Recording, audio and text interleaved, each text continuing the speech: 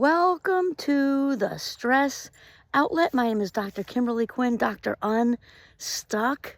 Yeah, I decided I'm gonna launch that podcast right. I think New Year's Day actually is when that's gonna happen. I have a new lab jacket and everything, and also Dr. Unstuck does mindset coaching. As I think all of you know, I help people free themselves from negative self-talk and limiting beliefs and all. We just bust right through all that stuff. So anyway, so what we want to talk about today actually is we were in the last one we were talking about we can only control this and this, and wherever we place our focus is what we feel. Focus equals feeling, basically.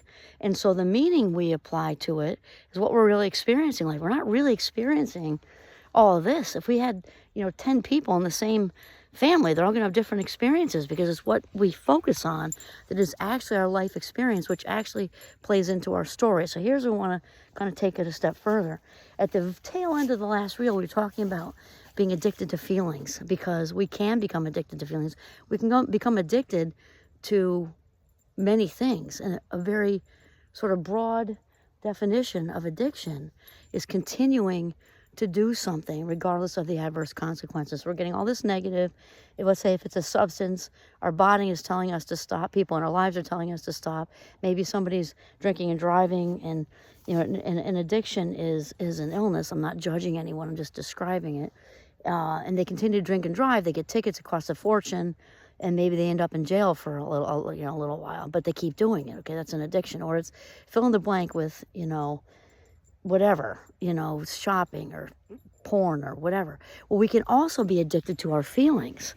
We can absolutely be addicted to our feelings. And some of the common things to be addicted to are scarcity. And we often go straight to money, which is a big one. It's definitely a big one. But the scarcity, there's a lot of ways to be scarce and feel deprived. Love deprived. Maybe you even had, actually know somebody who says this. He says he had some love, but not nearly as much as he needed. You may have been in a house, kind of void of love.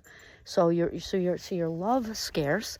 You may be self-esteem scarce. You may be time scarce. That's a huge thing, especially in the good old US of A.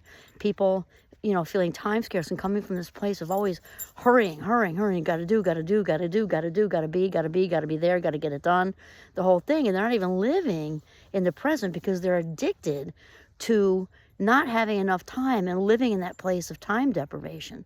So we're gonna do another reel too, because it's very important to understand we can be addicted to shame and guilt and all of it.